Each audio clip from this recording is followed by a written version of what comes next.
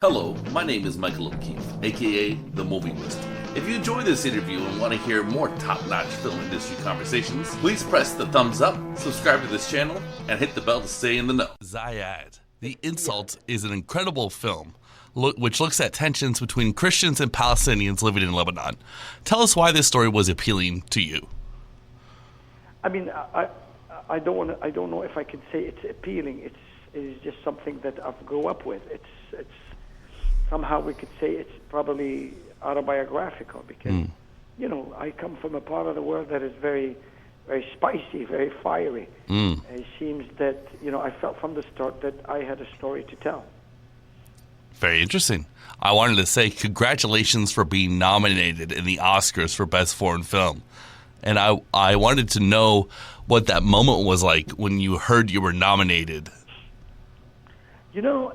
I was at the airport in France, heading to southern France for the opening of the movie. And when we got the news that the film was nominated, I felt certain comfort. I mean, I won't deny it. We were very happy. But at the same time, it felt good because of what the film has been through. There was a lot of trying some groups in Lebanon and in Palestine have tried to stop that movie from being released. Wow. Previously, they've succeeded in stopping my previous film, The Attack, which was banned in the Arab world. And it left a very angry feeling in me. And when this one was about to be released, the BDS started their movement. They wanted to, they did their best to stop it. So it's been 3 months of incredible agony, thinking like, is this going to happen again? That's impossible. They can't keep doing this. They can't keep stopping my movies just because of false accusation. You all have the right to criticize. You cannot boycott a movie. And it happened that we lost the battle 5 years ago, but this one we won it.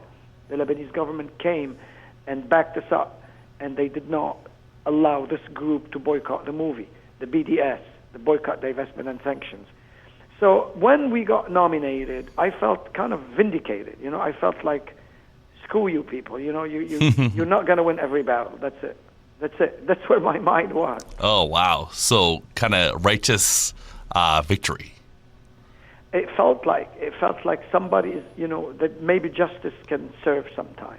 That must be pretty nice, especially given that past experience. So the argument that sparks the legal drama in this film, to me, was notable for how trivial it was. It didn't seem like a big deal to me. But the tension is so entrenched, it's as if pulling out a match will make it light up automatically. Is it really like that at Lebanon in the moment? It is. It is not just in the moment. It's always been like that. Words are loaded. Words have their meanings, and they are taking very seriously what you say. It's not like just insulting somebody and saying you're such or you're such. There are certain things that my dad used to tell me, pay attention to what you're saying. You cannot insult people's religion or people's nationality or identity. People take that very seriously. They get very offended by it. In the Middle East, words mean a lot. Words have they're loaded. They make people get out of their mind, and this film is about words. This is about what you say and what are the consequences of what you say. How could you start big problems just because of you got a little bit overreacted and you said certain things. How things could get out of control. And in the film, I wanted to show that. I wanted to show that how somebody is saying something just simply out of reaction, and suddenly they put a problem in motion that they can't stop after that. Oh, wow. That's really interesting. And there's certainly a lot of bellicose rhetoric in the Middle East. We all know that. But the opening says you take a different policy stance than the Lebanese government. And I was wondering what that policy difference you have with them and that is in the film, at least. You mean what is the policy of the Lebanese government regarding the film? Yeah. Look, we screened the film. It had to go through the censorship bureau, and there were talks. The conversation started. Is this a film that could cause problems? Is it, basically, whenever there is a sensitive subject, the government spends a lot of time viewing and reviewing the film. At one point, I felt like we're not going to win this battle. This film is going to be censored again. But then we put some pressure. We said, give us reasons why you want to boycott the film. We are not in violation of your own rules, because there are some rules. And the film was inside those rules. We did not breach them. But because the subject is so sensitive, they had to hire another committee made from the civil society, and they had 5 different screenings, again and again and again. And then finally the committee could not find enough reasons to boycott it. In fact, the government, to your knowledge, just for you to know, the government often is much more tolerant than some of the pressure groups. And sometimes the government falls victim to those pressure groups that tries to boycott the movie. In my case, the Boycott, Divestment and Sanction, which is a lobby group, they have their agenda.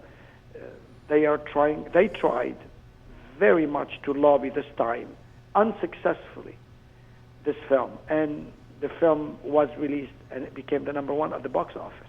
Oh, wow. Well, congratulations. I just remember at the beginning they kind of slap on that tag, like, this film does not reflect the Lebanese government. And I guess that must have been from the pressure group. That's all they could get. But it kind of reminded me of, like, the opening to the original Scarface, kind of like, don't be a gangster, guys. But anyways, I love the principals in this film. The actors, your 2 leads. And I was wondering about their acting backgrounds and how you ended up linking up with them and casting them. Look, I left Lebanon a long time ago, so I did not know who were the new generation of the actors. And when I came back, I was kind of worried. I was concerned about, am I going to find the actors for this role? Don't forget that they have a lot of dialogue. And, the lawyer, the guy who plays the lawyer, Wajdi Wahbi, he had 40 pages of dialogue. Long things, all that happens in court. I was always concerned. Am I going to find that or not? Am I going to have to look for another country to cast those people? And then when I ended in Beirut in 2017 and we started casting, I was so surprised about the potential and the professionalism of those people and actors that I've never heard of. And the process of casting lasted about 5 to 6 months. I spent a lot of time, going back and seeing them and explaining to them what I had in mind. And when the film started, it was a blessing. It was being in paradise. Those people were so fantastic. The only person that I did not meet person to person was the Palestinian guy who plays the role of Yasser. The actor's name is Kamel al-Basha, and he's from Jerusalem. And I could not go to Jerusalem to cast him because it's illegal for me. So, I did not want to get into trouble again for going to Israel. So I chose to cast him on Skype. And we started our casting sessions on Skype, and I found out that he was terrific. But it was so interesting that this guy never played in a movie before. That's his first movie. He did theater, right? He's a theater actor? He's a theater director, that's right. Mm-hmm. He's a theater actor. And when I casted him, I was wondering how much theatrics I'm going to have to break, because, the transition from theater to movies is not obvious all the time. But it went out really well, and the guy, went to win Best Actor in Venice Film Festival. Oh, that's fantastic. He's really good, too. But I was wondering, we all experience movies differently, but I was wondering what you wanted audiences or hope audiences will take away from this film. Look, it's a good question, but it's a very simple answer. All you want is the people to enjoy. It's a feel-good movie. It's a drama that ends very positively. It gives you a lot of hope, and I think people have been reacting to this message because, film in the Middle East in itself is not a place that always good news come out of. We used to have a lot of bad news coming out of that place. Sometimes, even me, I feel like that place is doomed. But in this film, I have a very positive and profound and optimistic ending. And all you hope is that for an audience, whether it's North American or South American or European or whatever, that they would enjoy the ride because it has good feel. It's a good feel good movie. Yeah, I think I know the takeaway moment you're referring to, and it does have that kind of like Jimmy Stewart feel good moment to it. And that's great, like what you were saying.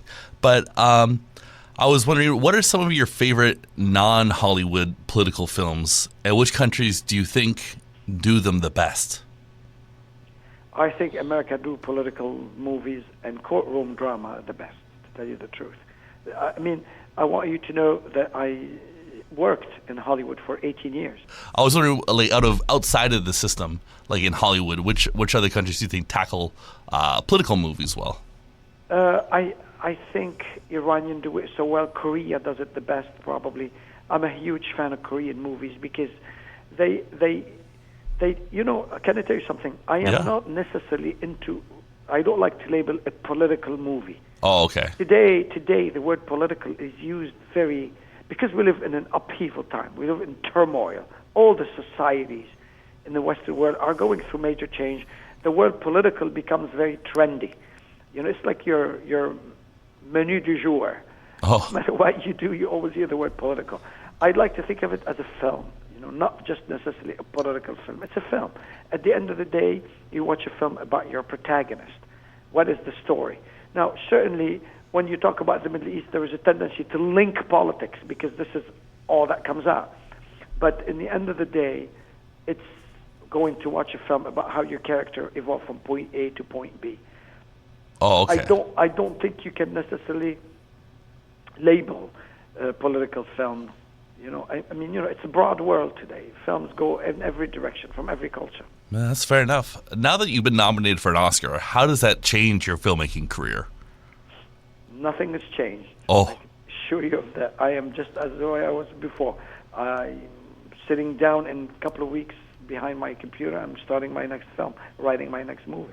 All right. Well, good luck with that one. And one more question. I wanted to ask you about all those Quentin Tarantino movies that you worked on and what you learned from that experience. And do you still talk to Quentin? It's very funny. It's the most asked questions, even though I'm sure I haven't it is, worked yeah. with him since 1997. Yeah. My last film with him was Jackie Brown. Oh. I've spoken rarely with him, and I'm not in touch with him that much. And, you know, I've been certainly influenced by working with him, just as I was influenced by other movies. It means Quentin is a great school. But as you notice, we don't do the same film at all, to tell you the truth. Fair enough. All right. Well, Ziad, thank you so much for your time. I think it's a great film, and everyone should check it out. It's going to be coming to the Ottawa area in March, and I will implore people then to go out to the cinema and watch it because I think it's really worth their time. Thank you very much. All right. Thank you, Ziad. You have a great day.